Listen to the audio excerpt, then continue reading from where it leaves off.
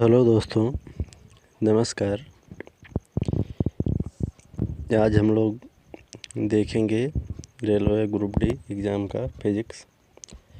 मैंने अब तक 3 टॉपिक जो है 3 वीडियो फिज़िक्स का रेलवे ग्रुप डी एग्ज़ाम में जो प्रश्न आ रहे हैं उस पर बना दिया है। अब ये चौथा वीडियो है, लास्ट वीडियो है। तो ये दावा है कि एग्ज़ाम में जितने भी क्वेश्चन आ रहे हैं यहीं से आ रहे हैं। ठीक, उनको ध्यान में रख कर के वीडियो बनाया जा रहा है।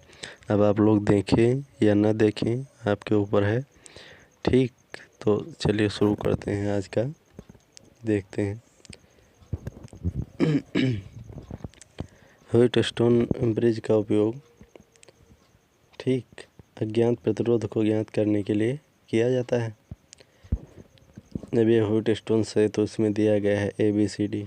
ये प्रतिरोध P है, ये Q है, ये R है, ये S है। ठीक, अब यहाँ पे बैटरी लगी हुई है, ये स्विच लगी हुई।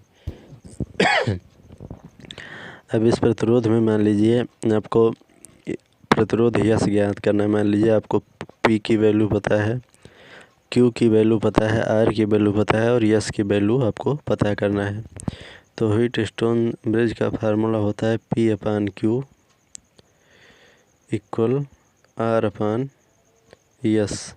ठीक, यहाँ से आप लोग यस की वैल्यू निकाल सकते हैं। यहाँ से अगर देखें तो यस हो जाएगा, यस इक्वल हो जाएगा QR/P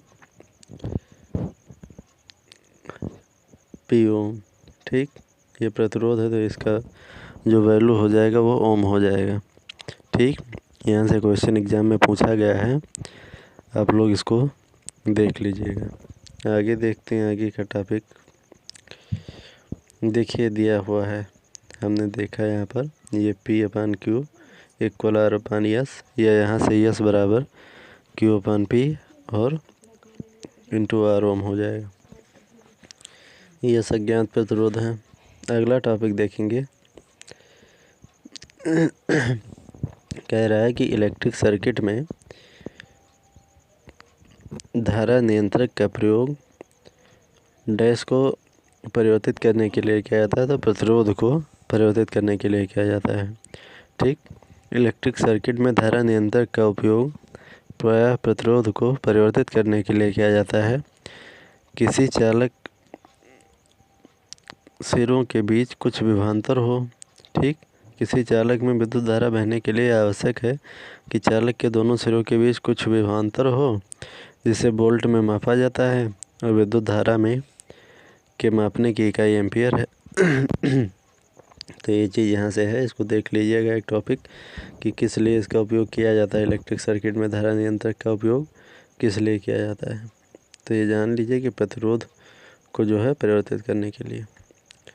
तीसरा टॉपिक है, यहाँ से देख सकते हैं कि किसी चालक में विद्युत धारा के प्रवाहित होने पर चालक के परमाणुओं तथा अन्य कारकों द्वारा धारा के प्रवाह में उत्पन्न किए गए व्यवधान को ही चालक का प्रतिरोध कहते हैं।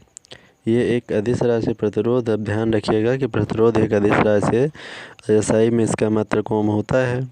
यह प्रतिरोध R इक्वल ρL/A होता है। ठीक, ये हम पहले भी बता चुके हैं। ठीक, पहले के वीडियो में आप लोग जा कर के वहाँ से देख लीजिएगा। एक चीज़ ये है कि आप लोग चारों वीडियो देखिए, उसके बाद में आप एग्ज़ाम में जाइए। कोई प्रश्न छूट जाएगा तो कमेंट करके बताना, कुछ नहीं छूटेगा, यहीं से सब आ रहे हैं प्रश्न। ठीक, किसी चालक के विशिष्ट प्रतिरोध के व्युत्क्रम को वीडियो भी बहुत छोटा छोटा है। किसी चालक के प्रतिरोध के व्युत्क्रम को चालक की विशिष्ट चालकता कहते हैं। इसे न्यू से या सिग्मा इसको या न्यू दोनों कहते हैं, इसे प्रदर्शित करते हैं। सिग्मा इक्वल टू होता है 1/ρ। इसकी जो SI इकाई ओम इनवर्स मीटर इनवर्स होती है। ठीक, रो को जो है प्रतिरोधकता कहते हैं। तो रो प्रतिरोधकता जो होता है 1/σ होता है, ये चालकता होता है। यानी प्रतिरोधकता जो होता है, प्रतिरोध मतलब किसी चीज़ को रोकना, और चालकता को का उल्टा ये होता है, तो इसका मतलब चालकता जो हो जाएगा और प्रतिरोध का उल्टा हो जाएगा। ठीक, तो इसकी चालकता निर्धारित होती है। ठीक, ये हो गया। अतः इसकी चालकता पदार्थ के प्रतिरोधकता के मान से इसकी चालकता निर्धारित होती है। निम्न प्रतिरोधकता वाली धातुएं सुचालक की भांति व्यवहार करती हैं। ये सभी चीज़ें हैं, एग्ज़ाम में ये सब आ रहा है। आप लोग पूरा वीडियो देख करके और वो 4 जो छूट रहा है उसको भी 3 देख लेना जा करके वहाँ पर। समांतर क्रम के संयोजन में क्या होता है जानते हैं। 1/r इक्वल टू होता है 1/r1 plus 1/r2 plus 1/r3 और जितने भी प्रतिरोध लगे होंगे 1/n में हो जाएंगे। तो ये हो जाएगा समांतर क्रम संयोजन। ठीक, आगे देखेंगे। विद्युत धारा उत्पन्न ऊष्मा के लिए सही सूत्र निम्न में से कौन सा है। तो इसके लिए सही सूत्र होता है EH बराबर होता है I²RT। ठीक, या यहाँ से I को जो है IR को जो है V भी कह सकते हैं। ठीक, तो यहाँ से जो है IR को V कह सकते हैं, तो I बच जाएगा और T बच जाएगा। तो IH इक्वल हो जाएगा आपका IR और इंटू I इंटू T हो जाएगा। तो IR के बराबर V हो जाएगा, तो इक्वल हो जाएगा VIT। ठीक, तो ये यहाँ से आप लोग कह सकते हैं कि ये इक्वल VIT यहाँ से आ जाएगा। ठीक। किसी विद्युत धारा में विद्युत ऊर्जा को क्षय होने की दर कहलाती है। विद्युत ऊर्जा जो क्षय होती है उसकी दर विद्युत शक्ति कहलाती है, क्योंकि शक्ति P बराबर होता है W/P। ठीक, W/T। किसी विद्युत परिपथ में विद्युत ऊर्जा के क्षय होने की दर विद्युत शक्ति कहलाती है। ठीक, इसे P से दर्शाया जाता है। यदि परिपथ में T सेकेंड में W ऊर्जा का क्षय होता है तो परिपथ में वे विद्युत शक्ति P बराबर W/T होता है, वाट होता है।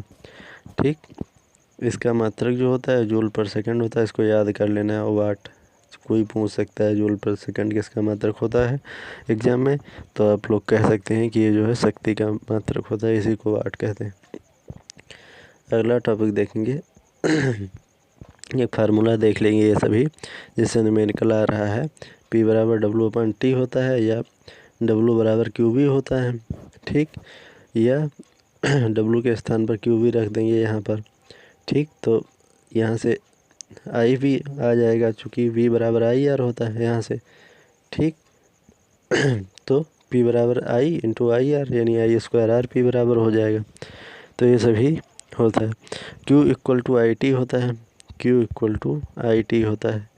तो यहाँ से Q/T के स्थान पर I रख सकते हैं। यहाँ से I की वैल्यू अगर निकालें तो ये हो जाएगा Q/T। ठीक, तो ये यहाँ से I भी आ जाएगा। Q/T की जगह पे I धरेंगे तो ये I भी हो जाएगा। ठीक, ये सभी चीज़ें हैं। फार्मूला याद कर लेना, इस पर फार्मूला आता है न्यूमेरिकल कर लेना, एग्जाम में आएगा, आता भी है। जितने भी शिफ्ट हुए हैं उसमें से ये सब चीज़ पूछा गया है। पढ़ें ना पढ़ें। P इक्वल टू 2000 वाट दिया है किसी न्यूमेरिकल में, T बराबर 5 आवर। तो यहाँ से ऊर्जा पूछा गया है कि ऊर्जा क्या होगा, पावर। तो पावर क्या हो जाएगा, ऊर्जा मतलब W। ठीक, तो W बराबर क्या होता है PT। ठीक, P हो जाएगा 2500, T हो जाएगा इतना, क्योंकि P बराबर W/T होता है। तो ऊर्जा W बराबर हो जाएगा PT। ठीक, यह इतना वाट घंटा आ जाएगा 12500, या इसको 1000 से भाग करा दें तो 1 किलोवाट घंटा हो जाएगा 12.5। ठीक, ये सभी चीज़ है। अगला देखेंगे, इसमें दिया है कि टीवी सेट। अब देखिए कोई टीवी सेट है, उसमें मान लीजिए 150 जूल और 150 जूल जो है ऊर्जा, या 150 वोल्ट वाट का कोई बल्ब मान लीजिए जल रहा है। ठीक, 4 घंटे के लिए। तो उसका जो है वो हो जाएगा 150 इंटू 4। ठीक, 600 वाट हो जाएगा। जितना मतलब जो खर्च होता है वो उसका मल्टीप्लाई हो जाता है, उससे आ जाता है। विद्युत हीटर द्वारा दैनिक ऊर्जा खपत, मान लीजिए कोई हीटर था, उसका जो है 1500 वाट खर्च करता था। ठीक, और वो कितने के लिए, 25 मिनट के लिए जला था। ठीक, तो इससे यहाँ से 25 मिनट के लिए 1500 इंटू 25 और बटे में 60 हो जाएगा। इसको घंटे में चेंज करने के लिए मान लीजिए कोई विद्युत टीवी था, वो 150 वाट का था। ठीक, टीवी सेट, और वो 4 घंटे के लिए जला, तो उसका हो जाएगा 150 इंटू 4, 600 वाट घंटा हो जाएगा। और मान लीजिए कोई पंखा था, ये हीटर था, जो 1500 वाट का था और वो 25 मिनट के लिए जला, तो उसके द्वारा जो ऊर्जा की खपत हो जाएगी वो 1500 इंटू 25 और घंटे में बदलने के लिए 60 से भाग कर दें, 625 आ जाएगा यहाँ से। देखेंगे अब ये सब आप लोग ना कर पाते हो छोटा छोटा न्यूमेरिकल, तो आप लोग एग्ज़ाम मत दीजिए। ठीक, क्योंकि बिना पढ़े बिना जाने बूझे कुछ होगा नहीं, इसलिए वो जो जानते हो थोड़ा बहुत तो पढ़ लो और एग्ज़ाम में बड़े आसानी से हो जाएगा, क्वेश्चन पास हो जाओगे। फिजिक्स में इसमें एक घर में एक महीने में 200 इकाई ऊर्जा की खपत होती है, जूल में ऊर्जा कितना है। ठीक, तो इकाई की यूनिट 3.6 इंटू 10⁻6 जूल है। ठीक, और 200 यूनिट अगर खर्च होती है तो 3.6 गुणे 10⁶ और इंटू 200 यूनिट हो जाएगा, 200 से गुणा हो जाएगा। ठीक, तो ये 7.2 भी सब इसलिए करवा रहे हैं कि एग्ज़ाम में आ रहा है। आप लोग कुछ जानते ही नहीं होंगे तो पास नहीं हो पाएंगे, इसलिए आप लोग पढ़िए इसको और याद कीजिए अगर ना जानते हो कुछ तो। ठीक, और एग्ज़ाम में करके आइए तभी कुछ कल्याण हो पाएगा। आगे देखेंगे इसको, 7.2 इंटू 10⁸ जूल आएगा। ठीक,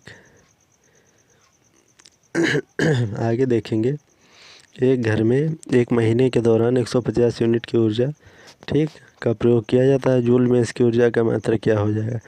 तो अब जूल में बदलने के लिए जानते हैं कि 1 किलोवाट घंटा 3.6 गुणे 10⁶ जूल होता है और 1 यूनिट इक्वल 1 किलोवाट घंटा होता है। तो 150 यूनिट के लिए 150 किलोवाट घंटा हो जाएगा, तो 150 हो जाएगा और किलोवाट घंटा की वैल्यू 3.6 गुणे 10⁶ जूल। तो 150 इंटू 3.6 गुणे 10⁶ जूल, तो इसका मल्टीप्लाई जब कराएंगे तो ये मल्टीप्लाई कराने के बाद में 5.4 इंटू 10⁸ होगा। हम कह रहे हैं बार बार कि कैलकुलेशन कमज़ोर है तो एग्ज़ाम मत दीजिए, क्योंकि उसमें गणित भी पूछा जाएगा, हर चीज़ भी पूछा जाता है। आप लोग कुछ जानते ही नहीं हैं तो फॉर्म भरने से तो होगा नहीं, खाली पढ़ना तो पड़ेगा। एक विशिष्ट घर की एक माह में ऊर्जा खपत 9 गुणे 10⁸ जूल है, इकाइयों की में इसकी ऊर्जा कितनी होगी। तो 1 किलोवाट घंटा हमने बता दिया पहले कि 3.6 गुणे 10⁶ जूल होता है, इसको एक इकाई कहते हैं। 1 जूल बराबर हो जाएगा 1 बटे, अब यहाँ से देखिए ये हम कह रहे हैं कि 1 जूल यहाँ से अगर निकालेंगे तो ये अपान में चला जाएगा। ठीक, 1/3.6 इंटू 10⁶ इकाई हो जाएगा। ठीक, अब यहाँ से हम लोगों को निकालना कितना था, 9 गुणे 10⁸ जूल की वैल्यू। तो 9 गुणे 10⁸ से यहाँ गुणा कराएंगे तो इधर भी गुणा हो जाएगा। ठीक, तो यहाँ से इसकी वैल्यू निकाल लेंगे, मल्टीप्लाई करा लेंगे, जो आएगा वो आंसर हो जाएगा। आंसर आपका बी सही होगा। ठीक, आंसर इसमें आपका बी सही होगा। 250 कितना आएगा, 250 इकाई आएगा। ठीक, 18 ओम प्रतिरोध वाले एक विद्युत बल्ब पर 0 वोल्टेज आरोपित किए जाने पर इसकी शक्ति होगी। अब देखिए P बराबर W/T क्या लगेगा इसमें, 18 ओम है यानी R हो गया ये। ठीक, 0 वोल्टेज यानी V हो गया, तो V बराबर IR हो जाएगा। ठीक, तो V बराबर IR अगर करेंगे तो V बराबर IR अगर करें, ठीक, और P बराबर होता है W/T। ठीक, यहाँ से दोनों को अगर मिक्स करेंगे तो आपका एक फार्मूला निकल कर आएगा, P बराबर V²/R। ठीक, ये फार्मूला निकल कर आएगा V बराबर IR से और P बराबर W/T से, दोनों को मिक्स करेंगे, यहाँ से आएगा P बराबर V²/R हो जाएगा। तो V की वैल्यू हो जाएगा, या तो ये डायरेक्ट फार्मूला याद कर लीजिए या तो इन सब को सॉल्व कीजिए।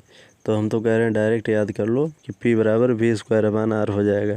ठीक, तो यहाँ से हम लोग निकाल सकते हैं क्या, यहाँ से निकल आएगा पावर, तो पावर कितना हो जाएगा, अगर V 0 तो 0 बटा कुछ भी यानी 0 आ जाएगा आपका पावर।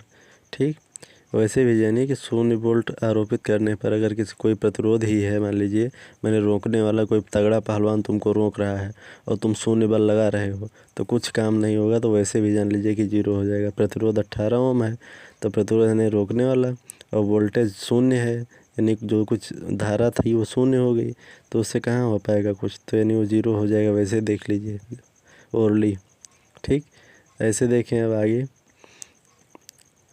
100 वाट के एक इलेक्ट्रिक बल्ब का प्रयोग प्रतिदिन 8 घंटे के लिए किया जाता है।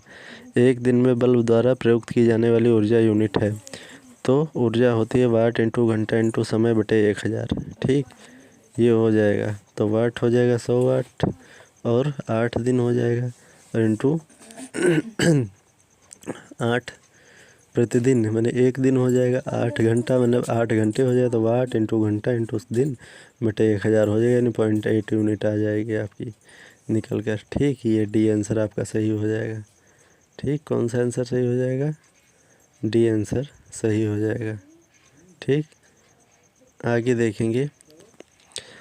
देखिए एक हम फार्मूला फिर से बता रहे हैं कि P बराबर W/T होता है। अब ये फार्मूला देख लीजिए, इस पर न्यूमेरिकल आएगा तो वहाँ करके आना है। ठीक, यह W बराबर Fs भी होता है, F इंटू एस, और F बराबर ma भी होता है। ठीक, तो यहाँ से अगर देखें तो एक फार्मूला निकल कर आया P बराबर ma इंटू S/T, ये एक फार्मूला निकल कर आया। मान लीजिए कोई भी क्वेश्चन आया, उसमें आपको मास दे दिया, एक्सेलरेशन दे दिया, डिस्टेंस दे दिया यस, और समय दे दिया और आपसे शक्ति पूछ ली, तो आप लोगों को बताना है वहाँ से। टी समय हो गया, m द्रव्यमान हो गया, a त्वरण हो गया, यस दूरी हो गया, तो त्वरण a बराबर S/T स्क्वायर है। तो ठीक, अब इन सब में रखेंगे तो एक यहाँ से ये निकल कर आएगा फार्मूला P बराबर ma स्क्वायर/T³। ठीक, यहाँ से हो जाएगा, इसको याद रख लेना, क्योंकि आएगा तो जो है वहाँ पे क्वेश्चन इस पर कर सकते हैं। या आगे इसको और बढ़ाएं तो P बराबर m इंटू एस स्क्वायर/T³, या एस स्क्वायर बराबर PT³ हो जाएगा, या यस बराबर √P/m इंटू T⁻3/2, या यस प्रोपोर्शनल हो जाएगा T⁻3/2 के। यानी अगर किसी चीज़ में डिस्टेंस दिया है आपको तो वहाँ से जो है आप लोग ये चीज़ पता कर सकते हैं। ठीक, यस दूरी हो जाएगा आपका। ठीक, तो ये हो जाएगा आपका। ठीक,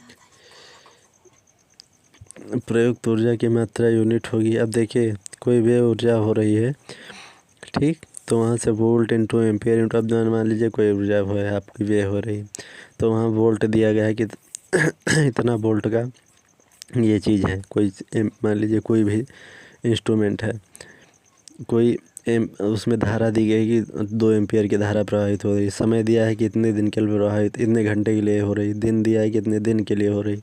मान लीजिए 300 वोल्ट का कोई चीज़ है।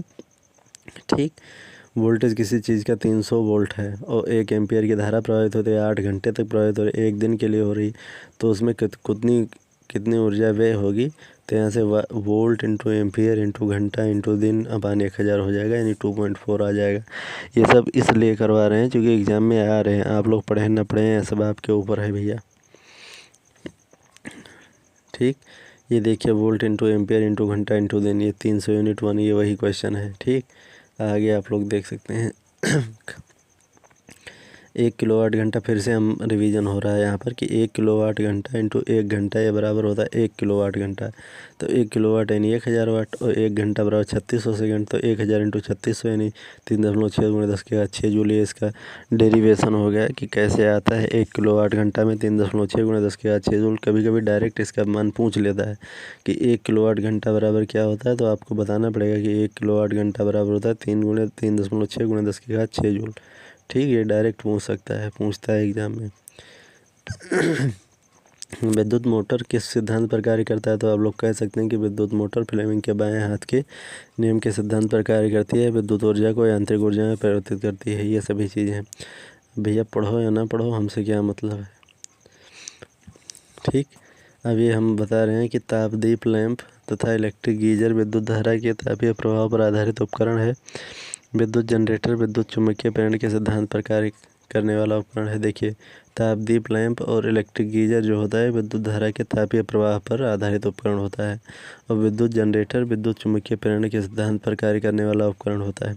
ठीक, हम आपको बता दें कि जो ये चौथा वीडियो है, लास्ट वीडियो है, इसी के साथ हमारा फिजिक्स समाप्त हो जाएगा। 3 वीडियो पहले से हम डाल चुके हैं जो कि 13 मिनट, 11 मिनट, 14 मिनट, 17 ऐसे है करके। ठीक, आप लोग वहाँ से वो तीनों देखिए और इसको देखिए, बस आपका फिजिक्स का काम ख़त्म। कहीं से कुछ पढ़ने की कोई ज़रूरत नहीं है। आगे देखेंगे कि विद्युत मोटर में द्विक परिवर्तक और बैटरी के टर्मिनलों के बीच संपर्क के रूप में कार्य करता है। तो ये बी कार्बन ब्रश कार्य करता है। ठीक, इसमें देख लेंगे कि थोड़ा सा कि विद्युत मोटर में कार्बन ब्रश जो है द्विक परिवर्तक और बैटरी के टर्मिनलों के बीच संपर्क के रूप में कार्य करता है। ठीक, ये हो जाएगा आपका। डैश सामान्यतः विद्युत तापन उपकरणों में प्रयोग किया जाता है, तो नाइक्रोम का उपयोग किया जाता है विद्युत तापन उपकरणों में। ठीक, ये हो जाएगा नाइक्रोम। नाइक्रोम किसका बना होता है? निकेल का, क्रोमियम का, लोहा का। एग्जाम में पूछता है कि नाइक्रोम किस चीज़ का बना होता है, तो आप लोग कह सकते हैं कि निकेल, क्रोमियम और लोहा। इसके बाद अब केमिस्ट्री का हम कराएंगे। ठीक, और इतने ही कराएंगे, मुश्किल से 1-1.5 घंटे का। और उसके बाद बायो का कराएंगे 1-1.5 घंटे का कुल मिला करके, और उसी में 25 का 25 नंबर आपका साइंस हो जाएगा। कहीं से कुछ पढ़ने की ज़रूरत नहीं है आगे। चूँकि हम कह रहे हैं फिर से कि हम 3 वीडियो पहले अपलोड कर रहे हैं, आप लोग यही एक वीडियो देख कर लौट जाएंगे तो आपका कंप्लीट नहीं होगा। वो 3 भी पढ़ लेंगे तो 4 हो जाएगा। और आपका फिजिक्स से जितने भी क्वेश्चन 15-16 नंबर का आ रहा है वो आप सही कर ले जाएंगे, कंप्लीट कर ले जाएंगे। हम समझा कर पढ़ाते हैं। और आपको अगर कोई चीज़ मान लीजिए भूल रहा है, आप पढ़ने वाले हैं, तो आप वहाँ से याद भी कर सकते हैं। ठीक, आगे दिया गया है कि इलेक्ट्रोस्कोप एक वैज्ञानिक उपकरण है जिसका उपयोग किसी वस्तु पर विद्युत आवेश की उपस्थिति का पता लगाने के लिए किया जाता है। यह किसी परीक्षण वस्तु पर कूलाम्ब इलेक्ट्रोस्टैटिक बल के कारण इसकी गति के आवेश का पता लगाता है। इलेक्ट्रोस्कोप एक वैज्ञानिक उपकरण है। ठीक, इसका प्रयोग विद्युत आवेश की उपस्थिति, यानी किसी चीज़ पे विद्युत आवेश है या नहीं है, इसका कैसा पता लगाओगे? इलेक्ट्रोस्कोप के द्वारा पता लगाओगे। एग्जाम में पूछता है। ठीक, और वह किसी परीक्षण वस्तु या कूलाम्ब इलेक्ट्रोस्टैटिक बल के कारण उसकी गति का आवेश, ठीक, का पता लगाता है। ठीक, कूलाम्ब इलेक्ट्रोस्टैटिक बल के कारण एक कूलाम्ब इलेक्ट्रोस्टैटिक बल लगता है, गति होती है, उसके कारण ये पता लगा पाता है। इलेक्ट्रोस्कोप का उपयोग उच्च वोल्टेज स्रोतों जैसे स्थैतिक बिजली इलेक्ट्रोस्टैटिक मशीनों के साथ किया जाता है। उल्लेखनीय है कि एक उपकरण जो विद्युत आवेश को मात्रात्मक रूप से मापता है इलेक्ट्रोमीटर कहा जाता है। ठीक, ये चीज़ें हैं, ये देख लीजिएगा, पूछ लेगा डायरेक्ट तो बता देना कि इलेक्ट्रोस्कोप का उपयोग जो है आवेश की उपस्थिति का पता लगाने के लिए किया जाता है। आगे देखिए आप लोग, आगे का दिया है कि ट्रांसफार्मर की ओर सिलिकॉन स्टील की बनाई जाती है। ट्रांसफार्मर की कोर किस चीज़ की बनाई जाती है? तो ट्रांसफार्मर की कोर जो है सिलिकॉन स्टील की बनाई जाती है। किस चीज़ की? सिलिकॉन स्टील की। ठीक, ये चीज़ पूछ सकता है एग्जाम में। तथा कोर को पटलित किया जाता है। ठीक, जिससे ट्रांसफार्मर में होने वाली भंवर धारा हानि कम किया जा सके। कोर की विशेषता निम्न होनी चाहिए: उच्च चुंबकशीलता होनी चाहिए कोर में, कम हिस्टैरिसीस हानि होनी चाहिए। ठीक, हिस्टैरिसीस हानि, और कम भंवर धारा हानि होनी चाहिए, और उच्च प्रतिरोधकता होनी चाहिए। ठीक, ये 4 चीज़ें ट्रांसफार्मर में होना चाहिए। AF, IF एवं PF ट्रांसफार्मरों की कोर फेराइट कोर का उपयोग करते हैं। ठीक, ये सभी चीज़ें आप लोग देख लीजिए, दिया गया है बहुत अच्छे से। ठीक, अब देखिए आदर्श ट्रांसफार्मर का एक बार हम फिर से कह रहे हैं, पढ़ लीजिए। आदर्श ट्रांसफार्मर में निम्न विशेषताएँ होती है: दोनों कुंडलों में प्रतिरोध शून्य होना चाहिए, क्रोड में किसी प्रकार की हानि नहीं होनी चाहिए, क्रोड में अनंत चुंबकशीलता होनी चाहिए, दोनों कुंडलों के बीच अनंत प्रतिरोध होना चाहिए, आदर्श ट्रांसफार्मर में 100% दक्षता होनी चाहिए। ये चीज़ें हैं आपको दी गई हैं। ठीक, ये अब आप जान लीजिए इतना। ट्रांसफार्मर में परस्पर अभिवाह, ठीक, यानी म्यूचुअल फ्लक्स जो होता है मुख्य अवयव नहीं है। सप्लाई लगाने पर परस्पर अभिवाह यानी म्यूचुअल फ्लक्स जो होता है उत्पन्न होता है। ट्रांसफार्मर में मुख्य अवयव होते हैं: क्रोड मुख्य अवयव ट्रांसफार्मर का होता है, प्राथमिक कुंडली और द्वितीयक कुंडली होता है। ठीक, ये क्वेश्चन दिया है कि ट्रांसफार्मर डैश को रूपांतरित करता है, तो ट्रांसफार्मर धारा एवं वोल्टेज दोनों को रूपांतरित करता है। ठीक, ये चीज़ आप कर लीजिएगा, एग्ज़ाम में आपको पूछा जाता है। हम लोगों को और एक क्वेश्चन दिया गया है, यहाँ से देख सकते हैं कि इलेक्ट्रिक बल्ब में क्या क्या भरा जाता है। ठीक, इलेक्ट्रिक बल्ब या विद्युत बल्ब को तातदीप लैंप या इनकैंडिसेट लैंप भी कहते हैं। विद्युत बल्ब के अंदर आर्गन और नाइट्रोजन, ये बहुत इंपॉर्टेंट है, बहुत बार पूछा गया है, पूछा जाएगा। देखिए 2018 में पूछा गया है। क्या क्या भरा जाता है? आर्गन और नाइट्रोजन। ठीक, गैस भरी होती है। इसमें एक पतला फिलामेंट टंगस्टन का होता है। टंगस्टन की जो होता है वोल्टेज वो बहुत ज़्यादा होता है, 3080 एंगस्ट्रॉम होता है। ठीक, तो इसलिए जो है ठीक, इसकी जो गलनांक होता है बहुत उच्च होता है। ठीक, तो इसलिए जो है टंगस्टन लगाया जाता है, जिससे होकर जब धारा बहती है तब गर्म होकर प्रकाश देने लगता है। विद्युत शक्ति का मात्रक, विद्युत धारिता का मात्रक फैराडे होता है। विद्युत शक्ति का मात्रक वाट होता है और विद्युत फैराडे जो है धारिता का मात्रक होता है। ठीक, फैराडे धारिता का मात्रक होता है। आप लोग यहाँ से ये चीज़ देख सकते हैं। आगे दिया गया है कि चुंबक में दो चुंबक के बारे में कह रहा है कि चुंबक में दो ध्रुव होते हैं। चुंबक के दोनों ध्रुवों पर परस्पर चुंबकत्व सर्वाधिक व मध्य में कम होता है। यानी दोनों ध्रुवों पर जो है चुंबकत्व सबसे ज़्यादा होता है और बीच में जो है कम होता है। ठीक, चुंबक के ठीक मध्य में चुंबकत्व नहीं होता है। अगर चुंबक के ठीक मध्य में देखा जाए तो चुंबकत्व नहीं होता है। इसे उदासीन बिंदु कहते हैं। कोई भी दो चुंबकीय बल रेखाएं आपस में प्रतिच्छेद नहीं करती हैं तथा ये बंद सतत वक्र निर्मित करती हैं। ऐसे जैसे मान लीजिए एक ध्रुवीय है, एक ध्रुवीय है, तो ऐसे वक्र बनाएंगे, ऐसे बंद सतत वक्र बनाएंगे, कई लाइनें ऐसे ऐसे ऐसे ऐसे ऐसे ऐसे। ठीक, ये नॉर्थ पोल हो जाएगा, साउथ पोल हो जाएगा। ठीक, नॉर्थ पोल से साउथ पोल की तरफ। ठीक, ये कई ऐसे बनाएंगे। ठीक, आप लोग आगे देख सकते हैं कि चुंबकीय जो है, चुंबक के बारे में और चीज़ है। इसमें दिया गया है कि चुंबकीय क्षेत्र के अंदर स्थित धारावाही चालक पर बल की दिशा ज्ञात करने के लिए प्रयुक्त फ्लेमिंग के बाएं हाथ के नियम के अनुसार मध्यमा तर्जनी अंगुलियां क्रमशः धारा और चुंबकीय क्षेत्र की दिशाओं को निरूपित करती हैं। फ्लेमिंग के बाएं हाथ का नियम है कि जो मध्यमा होगी, तर्जनी होगी और अंगूठा होगा, तो ये क्या क्या दर्शाती है? तो मध्यमा जो है वो धारा को दर्शाती है, तर्जनी जो होता है चुंबकीय क्षेत्र को दर्शाती है, अंगूठा जो है चालक की दिशा को दर्शाती है, जो कंडक्टर है उसकी डायरेक्शन क्या है उसको दर्शाती है। ठीक, ये फ्लेमिंग का बाएं हाथ का नियम। ऐसे एक उंगली हो गई मध्यमा, ये हो गई तर्जनी और ये हो गया ऊपर की तरफ अंगूठा, ये ऊपर की तरफ अंगूठा हो जाएगा। ठीक, ऐसे ऊपर की तरफ ऐसे तो मैंने अंगूठा हो जाएगा, ये मध्यमा या तर्जनी। ठीक, ऐसे मुड़ी रहती है, एक उंगली सीधी रहती है, ये सब 90 डिग्री पर होंगे, ऊपर की तरफ अंगूठा हो जाएगा। ठीक, 90 डिग्री पर। ठीक, आगे दिया गया है कि क्षण चुंबक के बीच के भीतर जो है चुंबकीय क्षेत्र रेखाओं की दिशा डैश होती है, तो इसकी दिशा जो होती है दक्षिणी ध्रुव से उत्तरी ध्रुव की ओर होती है। ठीक, क्षण चुंबक अगर कोई है तो उसमें चुंबकीय क्षेत्र की दिशा जो होगी वो दक्षिणी ध्रुव से उत्तरी ध्रुव की तरफ होगी। ये बात ध्यान रखना है। चुंबकीय क्षेत्र रेखाएं एक बंद वक्र का निर्माण करती हैं, जो भी पहले बताया। ठीक, तो चुंबक के बाहर उत्तरी ध्रुव से दक्षिणी ध्रुव की तरफ जाती हैं। ये चुंबक के अंदर दक्षिणी ध्रुव से उत्तरी ध्रुव की ओर जाती हैं और चुंबक के बाहर जो है उत्तरी से दक्षिणी जाती हैं। ठीक, चुंबक के बाहर उत्तरी से दक्षिणी जाती है, चुंबक के अंदर जो है दक्षिणी से उत्तरी जाती हैं। ये नॉर्थ हो गया पोल, ये साउथ पोल हो गया। बाहर जो होते हैं ये उत्तर से दक्षिण की तरफ जाती हैं और अंदर जो है ये दक्षिण से उत्तर की तरफ जाती है। ये चीज़ है, दोनों चीज़ ध्यान रखना है। ठीक,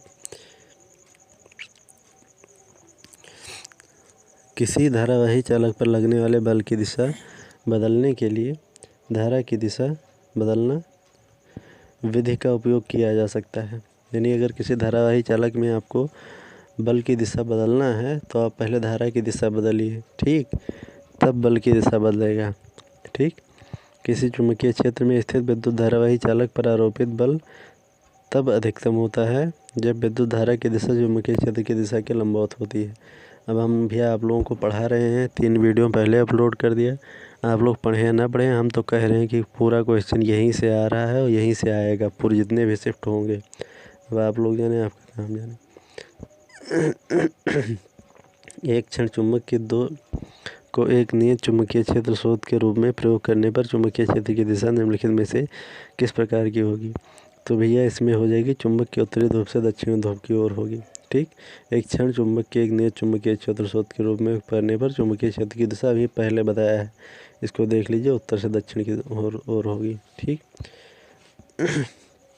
एक और दिया गया है कि किसी धारावाही चालक द्वारा उत्पन्न चुंबकीय क्षेत्र की मुख्य विशेषताएं। अब देख लीजिए, यहीं पर ख़त्म चुंबकीय क्षेत्र जान लीजिए।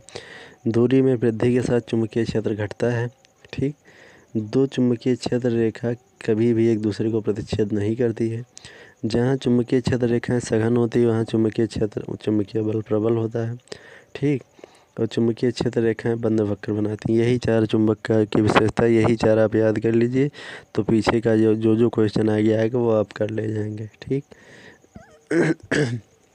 और आप देखिए भैया, एक क्वेश्चन हमने टॉपिक लिया है कि धारावाही तार एक चुंबकीय क्षेत्र में क्षैतिज रूप से रखा जाता है अगर, ठीक, जिसकी उत्तरी ध्रुव ऊपर की दिशा की ओर और दक्षिणी ध्रुव नीचे की दिशा की ओर होता है। हमने बताया कि नॉर्थ पोल होता है और यह साउथ पोल होता है। ठीक, तो तार दक्षिण दिशा की ओर विक्षेपित होता है। ठीक, तार में इलेक्ट्रॉनों की दिशा पश्चिम से पूर्व की ओर होती है। आप लोग जानते हैं कि जहाँ धारा प्रवाहित होता है इलेक्ट्रॉनों की, तो उसकी विपरीत होती है। इलेक्ट्रॉन अगर हैं और धारा इधर की तरफ जा रहा है तो इलेक्ट्रॉन इधर की तरफ जाएंगे, उल्टे तरफ। ठीक, यही चीज़ है, इसमें किधर विक्षेपित होंगी, ये सभी चीज़ दिया गया है उसमें।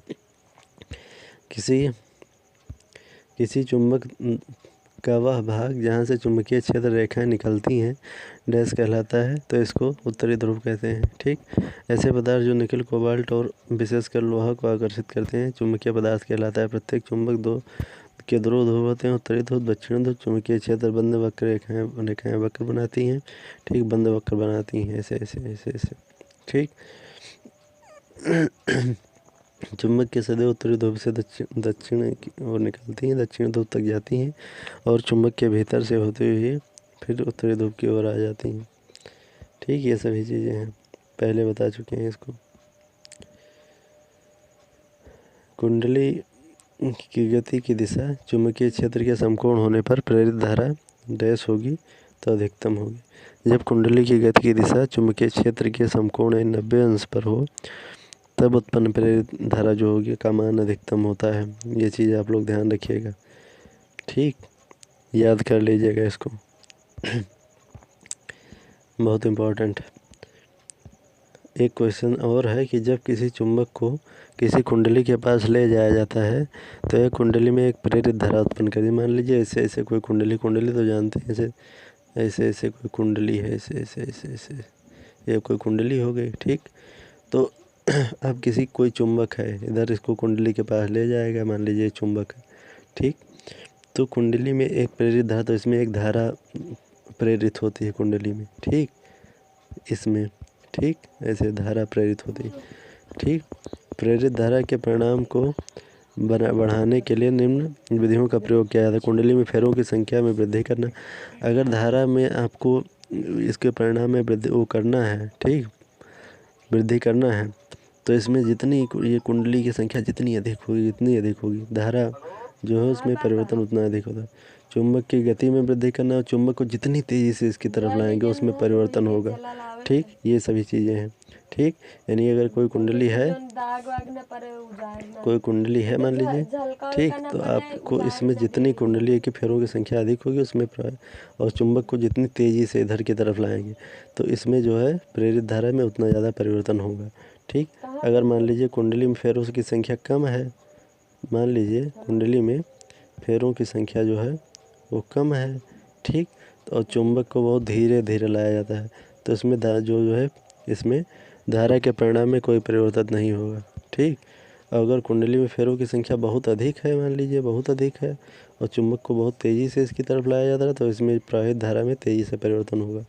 ये चीज़ ध्यान रखना है। किसी चुंबकीय क्षेत्र में स्थित एक सीधे धारावाही चालक पर आरोपित बल के संबंध में निम्न कथन सत्य है। सीधे धारावाही चालक पर बल की दिशा धारावाही चालक में प्रवाहित धारा की दिशा के दिशा पर निर्भर करती है।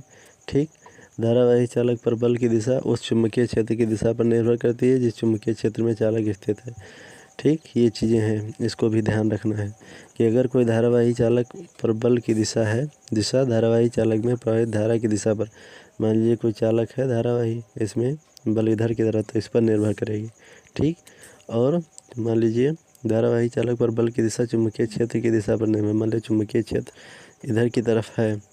ठीक, तो बल की दिशा भी इधर की तरफ ही होगी। ठीक, चुंबकीय क्षेत्र जो है, बल की दिशा, ये सब एक दूसरे पर निर्भर करते हैं, ये चीज़ ध्यान रखना है। ठीक, एन फेरो वाली परिनालिका के अंदर चुंबकीय क्षेत्र B = होता है म्यू एन आई। ठीक, म्यू नियतांक है। ठीक, और क्या है, म्यू नियतांक है।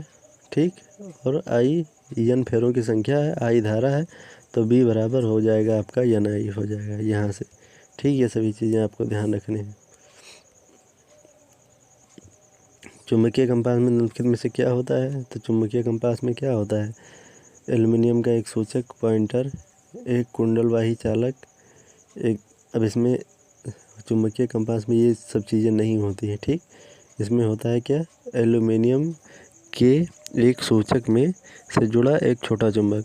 चुंबकीय कंपास में एल्युमिनियम के एक सूचक से जुड़ा एक छोटा चुंबक होता है।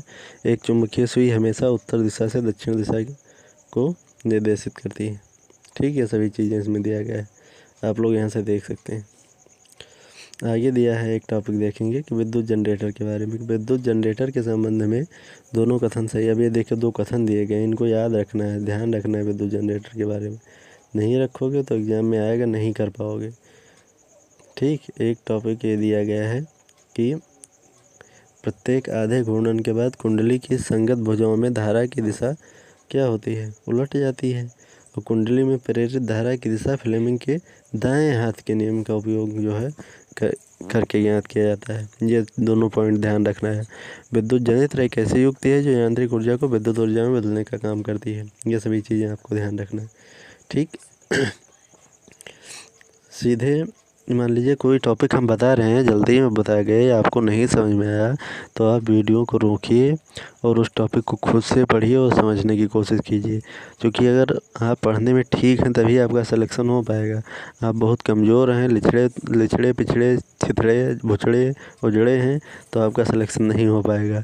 तब आप एग्ज़ाम देने पैसा बहाने मत जाइए। इसलिए समझ बूझ कर अपने हिसाब किताब से पढ़िए और समझने की कोशिश कीजिए। वीडियो की आवाज़ पर, वीडियो किस तरह पढ़ाया जा रहा है, इस पर ध्यान मत दीजिए। ये टॉपिक मैं ढूंढ कर लाया हूँ, इस बात पर ध्यान दीजिए कि आपका कंप्लीट भी हो जाए, आप पढ़ लीजिए, आपका सिलेक्शन भी हो जाए। सीधे धारावाही चालक से दूर जाने पर चुंबकीय क्षेत्र रेखाओं की परिधि क्या होती है, तो इसमें परिधि में वृद्धि होती है। चुंबकीय क्षेत्र रेखाओं की परिधि में वृद्धि होती है सीधे धारावाही चालक से दूर जाने पर। ठीक, ये सभी चीज़ है। ठीक, मेहनत करेंगे, आप पढ़ने में ठीक भी हैं और पढ़ेंगे ध्यान से, जो पढ़ाया है आप पढ़ने में कमज़ोर भी हैं, और चारों वीडियो को पढ़ेंगे बहुत ध्यान से और उस पर मनन करेंगे। क्वेश्चन तो आप कर ले जाएंगे और सिलेक्शन हो जाएगा। लेकिन अब आप ध्यान ही नहीं देंगे, वीडियो ही नहीं पढ़ेंगे, देखेंगे ही नहीं, पढ़ेंगे ही नहीं, यह कह देंगे समझ में ही नहीं आया, तो इससे तो कल्याण होने वाला है नहीं। ये सभी चीज़। एक सरल अस्थायी चुंबक जिसके दोनों सिरों पर ध्रुव होते हैं तो उसे दंड चुंबक कहते हैं। ठीक, दंड चुंबक क्या है कि एक अस्थायी चुंबक जिसके दोनों सिरों पर ध्रुव होते हैं उसे दंड चुंबक कहते हैं। ठीक, दंड चुंबक में क्षेत्र रेखाएं एक दूसरे को प्रतिच्छेद नहीं करती हैं। क्या करती हैं, क्षेत्र रेखाएं दक्षिण ध्रुव में विलीन हो जाती हैं, जबकि क्षेत्र रेखाएं उत्तरी ध्रुव से निकलती हैं। जब क्षण चुंबक में एक छेद काटा जाता है तो उसके ध्रुवों की जो है शक्ति में परिवर्तन नहीं होता है, क्योंकि सिरों पर मुक्त ध्रुवों की संख्या नहीं बदलती है। ठीक, ये सभी चीज़ें इसमें दिया गया है, आप ध्यान देकर पढ़ लीजिएगा कि क्षण चुंबक क्या होता है। ठीक, मान लीजिए एग्ज़ाम में आ गया तो वहाँ पर कर ले जाएंगे, आया है देखिए 2022 में। अब आप नहीं पढ़ेंगे तो हम उसके ज़िम्मेदार थोड़ी होंगे कि आप होंगे, कोई नहीं होगा। ठीक, आगे देखेंगे कि फ्लेमिंग के दाएँ हाथ के नियम का क्या है। फ्लेमिंग के दाएँ हाथ का नियम देखिए, एक चैनल वाले हैं स्टडी फॉर यू, वो जो है एनालिसिस कराते हैं। तो ऐसा नहीं है कि हम एनालिसिस नहीं उनका देखें, एनालिसिस देखें हैं। और आप देख लीजिए, चारों वीडियो देख लीजिए और वो एनालिसिस करा रहे हैं उसको जाइए देख लीजिए। और फिजिक्स के जितने क्वेश्चन आ रहे हैं सब यहीं से आ रहे हैं, यही 4 वीडियो से, इससे बाहर कुछ नहीं आ रहा है। ठीक, तो आप लोग ये मत कीजिए कि आप पढ़िए ही मत, आप पढ़िए और वहाँ से एनालिसिस देखिए और देखिए फिर कि ये क्वेश्चन फंस रहा है जो मैं बता रहा हूँ कि नहीं फंस रहा है। बस मात्र 4 वीडियो में अब ख़त्म कहानी, इसके बाद नहीं पढ़ेंगे फिर इसके बाद अगला चीज़ लाएंगे। देखिए, फ्लेमिंग के दाएं हाथ का नियम निर्धारित करता है कि अंगूठा तर्जनी मध्यमा अंगुली के एक दूसरे के लंबवत स्थित होने पर तर्जनी चुंबकीय क्षेत्र की दिशा को इंगित करती है, अंगूठा चालक की गति की दिशा को इंगित करता है और मध्यमा प्रेरित धारा की दिशा को इंगित करेगी। ठीक, दिए गए कथनों में चुंबकीय क्षेत्र रेखाओं के सही गुणधर्म निम्नलिखित हैं। ठीक, चुंबकीय क्षेत्र रेखाएं बंदपास होती हैं। ठीक, चुंबकीय क्षेत्र रेखाएं चुंबक के बाहर चुंबक के उत्तरी ध्रुव से इसके दक्षिणी ध्रुव की ओर होती हैं। यदि चुंबकीय क्षेत्र रेखाएं सघन हो तो उस क्षेत्र में चुंबकीय क्षेत्र की प्रबलता उच्च होती है। ठीक, चुंबकीय क्षेत्र रेखाएं बंदपास होती हैं। चुंबकीय क्षेत्र रेखाएं चुंबक के बाहर चुंबक के उत्तरी ध्रुव से दक्षिणी ध्रुव की ओर होती हैं और चुंबकीय क्षेत्र रेखाएं सघन हो तो उस क्षेत्र से में चुंबकीय क्षेत्र की प्रबलता उच्च होती है। ये तीनों टॉपिक हैं। ठीक, इनको आप ध्यान दीजिए, यही तीनों टॉपिक हैं। ठीक, देखिए ये चीज़ है। ठीक, इन तीनों चीज़ों को आप रोक कर पढ़ लीजिएगा। अब देखिए, ये इसमें गुजरात विधानसभा चुनाव में इस बार पूछा गया है कि गुजरात विधानसभा उपचुनाव 2025 और इसमें कौन कौन विजेता हैं। तो इसको मैंने ले लिया था कि इसमें जो है प्रत्याशी जो था, भाजपा प्रत्याशी राजेंद्र चावड़ा जीता था, कांग्रेस के रमेश चावड़ा को हराया था, विसावदर पर आपके गोपाल इटालियन जीते हैं। ठीक है, क्वेश्चन एग्जाम में आया है। कीर्ति पटेल दूसरे नंबर पर रही हैं। ठीक, और 4 राज्यों की 5 विधानसभाओं सीट पर उपचुनाव हुआ है। ठीक, केरल में यूडीएफ उम्मीदवार कांग्रेस के आवेदन शौकत को जीत मिली है और उन्हें सीपीआईएम के एम स्वराज को हराया है। ठीक, ये सभी चीज़ें। ठीक, लुधियाना में भी वेस्ट में आपके खाते में आया है, ये क्वेश्चन एग्जाम में आया है, यहाँ संजीव अरोड़ा जीते हैं। ठीक, पश्चिम बंगाल की कालीगंज सीट पर टीएमसी प्रत्याशी अलिफा अहमद जीती हैं, उन्होंने भाजपा के आशीष घोष को हराया है। ठीक, इन सभी सीटों पर 19 जून को चुनाव हुआ, वोटिंग हुई। ठीक है, आप लोग ये देख लिए। अब फिर हम अपने फिजिक्स का क्या देखेंगे कि चुंबकीय क्षेत्र 3 प्रकार के होते हैं। ठीक, प्रतिचुंबकीय पदार्थ, ठीक, और अनुचुंबकीय पदार्थ, लौह चुंबकीय पदार्थ। प्रतिचुंबकीय क्या होते हैं? वह पदार्थ जो चुंबकीय क्षेत्र में रखे जाने पर क्षेत्र के विपरीत दिशा में चुंबकित होते हैं, जैसे जस्ता, चांदी, कांसा, तांबा, सोना, हीरा आदि। अनुचुंबकीय क्या होते हैं? वह पदार्थ जो चुंबकीय क्षेत्र में रखने पर क्षेत्र की दिशा में मामूली चुंबकित होते हैं। ठीक, जैसे ये उदाहरण याद रखना, aluminium, sodium, platinum, oxygen, copper, chloride, ये सभी चीज़ें अनुचुंबकीय हैं।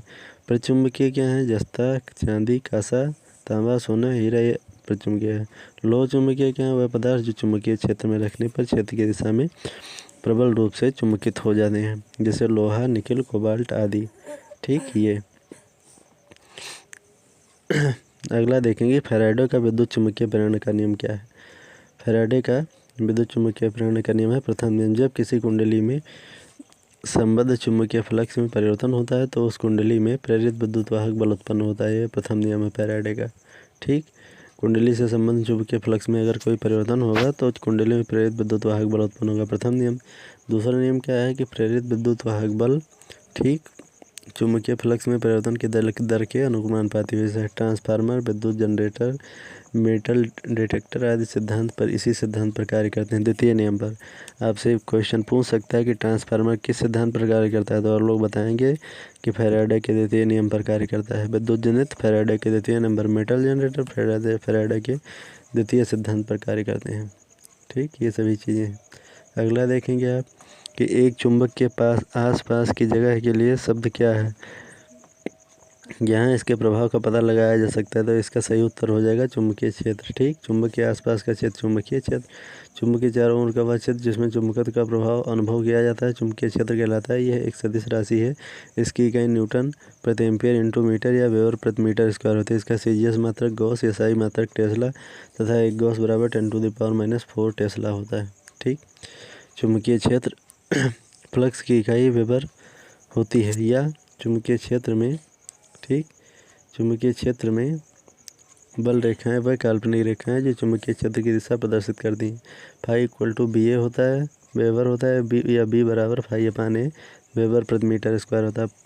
जहाँ बी फ्लक्स घनत्व है जिसका मात्रक वेबर प्रति मीटर स्क्वायर या टेस्ला भी होता है। ठीक, चुंबकशीलता का उल्टा क्या होगा? ठीक, चुंबकशीलता का उल्टा होता है प्रतिष्ठंभ। ठीक, चुंबकशीलता का उल्टा प्रतिष्ठंभ होता है। चुंबकशीलता का मात्रक हेनरी प्रति मीटर होता है और प्रतिष्ठंभ एम्पियर टर्न पर वेबर होता है। ठीक, अब अर्धचालक के लिए बताया है कि अर्धचालक कितने प्रकार के होते हैं। 2 प्रकार के होते हैं, इंट्रिंसिक और एक्सट्रिंसिक। इंट्रिंसिक अर्धचालक शुद्ध अर्धचालक होते हैं जैसे जर्मेनियम सिलिकॉन। एक्सट्रिंसिक अर्धचालक अशुद्ध मिलाकर बनाए जाते हैं जो 2 प्रकार के होते हैं, पी टाइप और एन टाइप। पी टाइप में 3 संयोजकता है जिसके लास्ट के कोष में इलेक्ट्रॉनों की संख्या 3 होती है। ठीक, उनको मिलाकर। एन टाइप में 5 संयोजकता है जिसके लास्ट के कोष में इलेक्ट्रॉनों की संख्या जो होती है वो 5 होती है। ठीक, ये चीज़ ध्यान रखना, एग्जाम में पूछा जाएगा तो कर देना, पूछा जाता है ये। ठीक, एक परमाणु रिएक्टर ऐसा उपकरण होता है, परमाणु रिएक्टर के बारे में देखिए। एक परमाणु रिएक्टर ऐसा उपकरण होता है जो निरंतर परमाणु श्रृंखला प्रतिक्रिया को नियंत्रित करता है। यूरेनियम और प्लूटोनियम की विखंडन दर को नियंत्रित करने के लिए परमाणु रिएक्टरों में नियंत्रक क्षण का उपयोग किया जाता है। एक परमाणु रिएक्टर में नियंत्रक क्षण अनियंत्रित श्रृंखला अभिक्रिया को नियंत्रित करने के लिए अतिरिक्त न्यूट्रॉन को अवशोषित करती है। ठीक, ये सभी चीज़ें हैं, एक देख लीजिएगा। एक ही पदार्थ के अणुओं के बीच लगने वाले आकर्षण बल को ससंजक बल, भिन्न भिन्न पदार्थों के बीच लगने वाले आकर्षण बल को असंजक बल कहते हैं। ठीक, ये चीज़ है। अब साइक्लोट्रॉन लास्ट टॉपिक है, यही पढ़ लेंगे, बस ख़त्म कहानी भैया। आपका 3 वीडियो और पढ़ा है, चारों पढ़ लेंगे तो आपको फिजिक्स में कोई पीछा नहीं कर पाएगा, मेरा दावा है। पूरी दुनिया में एग्ज़ाम में आप जाइए देख लीजिए, आपको कोई पीछे नहीं कर पाएगा। ठीक, साइक्लोट्रॉन एक ऐसी युक्ति है जो अवशोषित कणों या आयनों को उच्च ऊर्जा साइक्लोट्रॉन एक ऐसी युक्ति है जो आवेशित कण या आयन को उच्च ऊर्जा या तक त्वरित करने के लिए प्रयुक्त होती है। किसको? आवेशित कण तक को उच्च ऊर्जा तक त्वरित करने के लिए, मतलब अधिकतम ऊर्जा तक उसको त्वरित कर दे। ठीक, त्वरित करने में उसकी स्पीड बहुत तेज़ कर दे। ठीक, प्रयुक्त होती है। इसका आविष्कार E.O. लॉरेंज और M.S. लिविंगस्टन 1932 में नाभिकीय संरचना से संबंधित खोज कार्यों में आवश्यक उच्च ऊर्जा वाले आवेशित कणों को प्राप्त करने के लिए की गई थी। साइक्लोट्रॉन इस सिद्धांत पर कार्य करता है, जब किसी धनावेशित कण को उच्च आवेश वाले विद्युत क्षेत्र में प्रबल चुंबकीय क्षेत्र का प्रयोग करते हुए उसकी बार बार गति कराई जाए तो आवेशित कण त्वरित हो जाता है जिसकी ऊर्जा बहुत अधिक बढ़ जाती है। ठीक, त्वरित होना मतलब उसकी स्पीड बहुत तेज़ हो जाए। ठीक, तो साइक्लोट्रॉन का भी उपयोग हो गया, आप लोग समझ गए। इसी के साथ ये वीडियो समाप्त होता है। आगे के वीडियो को प्राप्त करने के लिए आप चैनल को सब्सक्राइब कर लीजिए, वीडियो को लाइक कर दीजिए, शेयर कर दीजिए। कमेंट आप लोग कभी करते ही नहीं हैं, कोई मतलब ही नहीं किसी चीज़ का। वह कहानी ख़त्म, पैसा हजम।